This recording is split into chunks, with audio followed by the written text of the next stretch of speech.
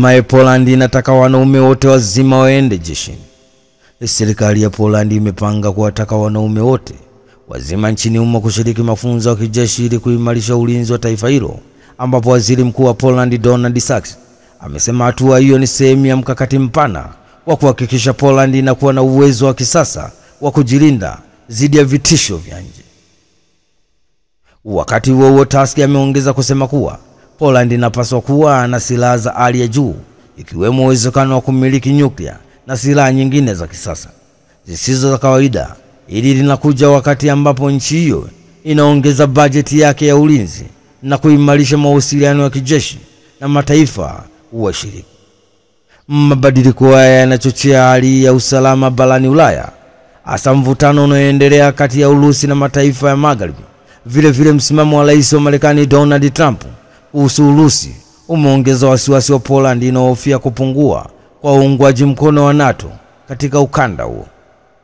Aidha, serikali ya Poland inasisitiza kuwa kila mwananchi anapaswa kuwa tayari kulinda taifa lake, huku mafunzo haya yakitarajiwa kuwa ya lazima kwa wanaume wote wazima nchini Poland, ingawa hadi sasa bado haijafahamika ni lini hatua hii itaanza rasmi. Ni taarifa kutoka Poland. Hatimaye serikali ya Poland imepanga kuwataka wanaume wote wazima nchini humo kushiriki mafunzo ya kijeshi ili kuimarisha ulinzi wa taifa hilo, ambapo waziri mkuu wa Poland Donald Tusk amesema hatua hiyo ni sehemu ya mikakati mpana wa kuhakikisha Poland inakuwa na uwezo wa kisasa wa kujilinda dhidi ya vitisho vya nje.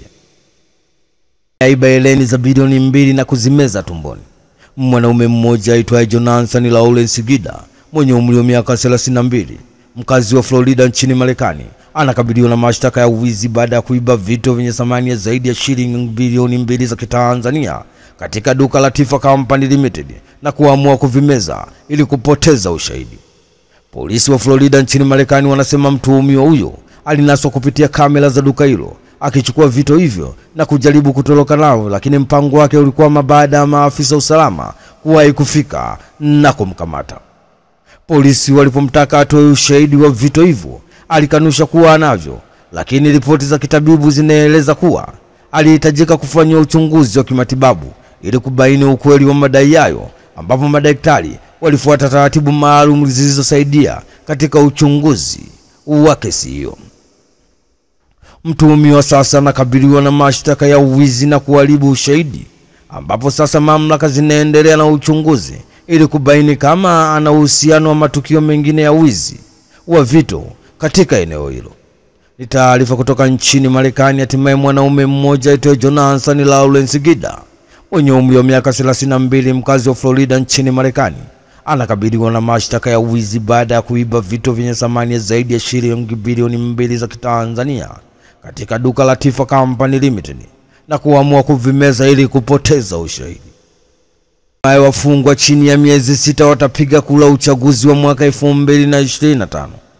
Katibu wa halmashauri kuu NEC ya Chama cha Mapinduzi CCM itikadi, uenezi na mafunzo CPA Amos Makala amezungumzia mabadiliko mapya ya sheria kuhusu haki za wafungwa kupiga kura, ambapo amefafanua kuwa kwa sasa wafungwa wenye vifungo vya chini ya miezi 6 wataweza kushiriki katika uchaguzi wakiwa gerezani.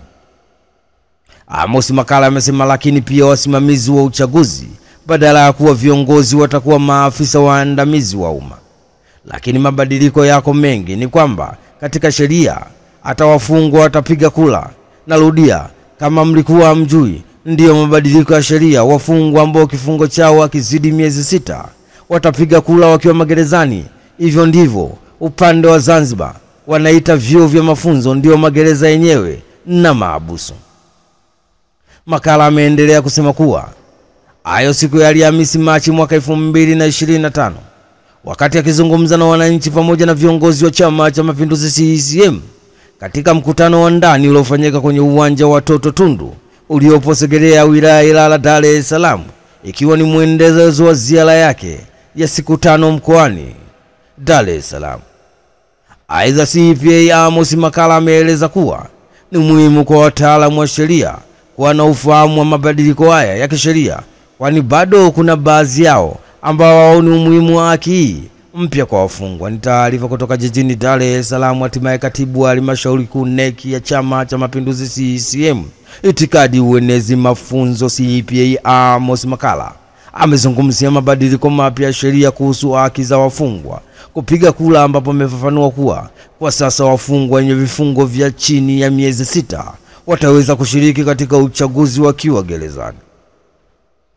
Hatimaye Daktari Slaa atoa kauli sikujua watu wapo gerezani na hawajahukumiwa. Daktari Wilbrod Slaa akiongea kwenye mkutano wa BAWACHA jijini Dar es Salaam ametoa kauli na kusema, na washukuru sana Watanzania wote waliokuja kunitembelea gerezani.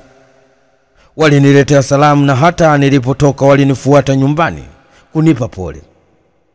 Naongera, gereza limenifundisha. Namwambia Daktari Samia Suluhu Hassan akitaka nipeleke tena gerezani, kwa sababu nina mengi ya kujifunza. Kwa kukaa gerezani nimejifunza Watanzania wanateseka sana. Mimi sikujua kuna watu wanakaa gerezani na hawajahukumiwa. Wanakaa miaka 10, 8, ni mtupu. Inafika mahali hatuna lugha nyingine kwa sababu wenzetu hawaelewi upole. Kwa hiyo no reform, no election. Ni maneno ya Daktari Wilbrod Slaa akiongea kwenye mkutano wa BAWACHA jijini Dar es Salaam. Ametoa kauli na kusema, na washukuru sana Watanzania wote waliokuja kunitembelea gerezani. Waliniletea salamu na hata nilipotoka walinifuata nyumbani kunipa pole. Naongera, gereza limenifundisha, na namwambia tena Daktari Samia Suluhu Hassan akitaka nipeleke tena gerezani, kwa sababu nina mengi ya kujifunza. Tundu Lissu atoa kauli ya kuna mwanamke aliyekaa meza kuu Chadema.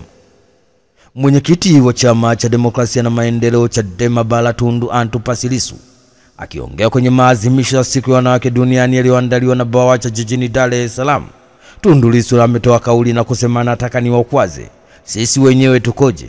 Ili jopo ambalo leo ulipo meza kuu ukiacha mie, baada ya leo hawatakaa meza kuu tena.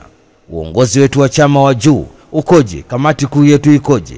Kwa sababu umuhimu wake kwenye uongozi wa kuu wa chama ni klabu ya vijana wa kiume.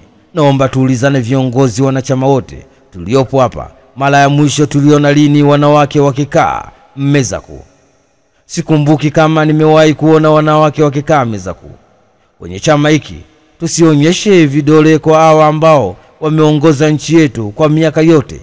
Hii ni vile vile tuonyeshane vidole na sisi wenyewe.